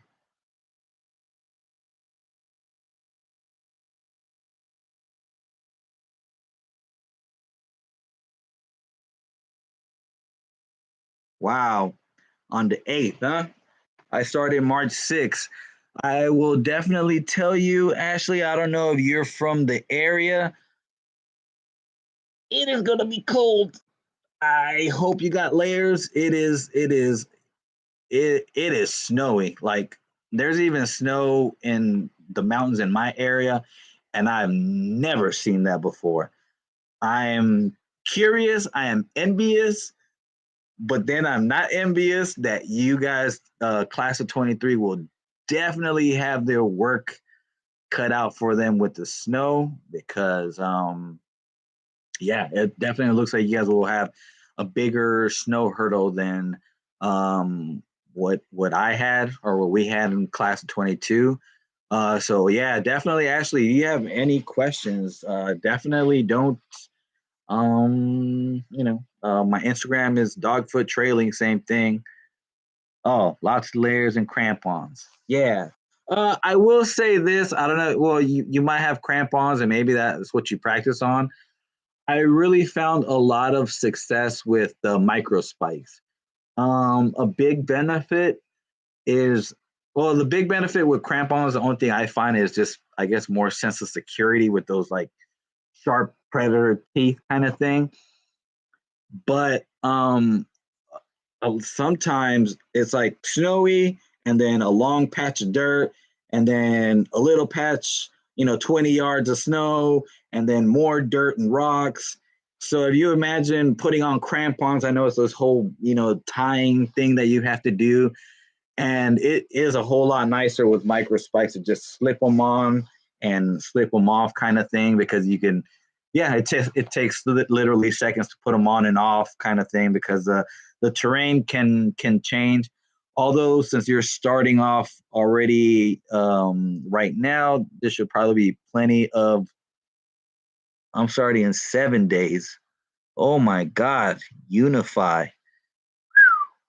7 days. Well, I'm excited and I'm jealous for you guys. I've been toying with just starting from the beginning and hiking home kind of thing because not one person asked for my permit. Literally the whole trail and literally saw two rangers the whole trail kind of thing. Um let's see. Dovi, hey man. Thanks for always checking in and thanks for checking in tonight. Let's see, starting off with spikes, picking up crampons in my axe for Sanjak area. Recommend, but well, you can't go wrong with Sanjak John because that man definitely knows way more than fucking than I do. But and again, I had it a lot easier. But as long as you have something, definitely something is better than nothing. Nothing, I would just say stay your ass home because you clearly do not know what you're getting yourself into right now. But yeah, crampons, microspikes, can't go wrong kind of thing. Check out YouTube channels at Central Troll Report. Good news. Oh yeah, yeah. Oh, believe me, everybody knows Sanjak. Yeah, he was always doing those videos. I was checking those videos out. I I was like this Apache Peak, Apache Peak, Apache Peak kind of thing. But it turned out it wasn't that bad. Definitely on those sections, you probably know, but in case you don't, especially those sketchy sections, you start off earlier. The earlier, the better. Don't try to do some of those sketchier parts around noon or nothing like that. Um, but again, I don't know your snow hiking experience. Mine is, I'm no pro. I'm definitely no Jack John kind of thing, but I've done some snow hikes. And yeah, just the pro and con of the micro spikes versus the crampons is just the speed. I found it kind of annoying. It was a lot of parts where it was just snow patches and dirt kind of thing, and it would just been annoying trying to rope those crampons off and on kind of thing. But with that said, I will sign off. It's time to eat, and I will probably try to do another one of these before March starts for all you future through hikers. I am very excited for you guys. It's like nothing else. It's going to be worth every dollar. It's going to be worth every sacrifice. If you're married, got kids and all that stuff, believe me, yeah, I don't have kids or married or nothing like that. But you will miss home, you will miss your family, and they will miss you, but and they will be proud of you regardless.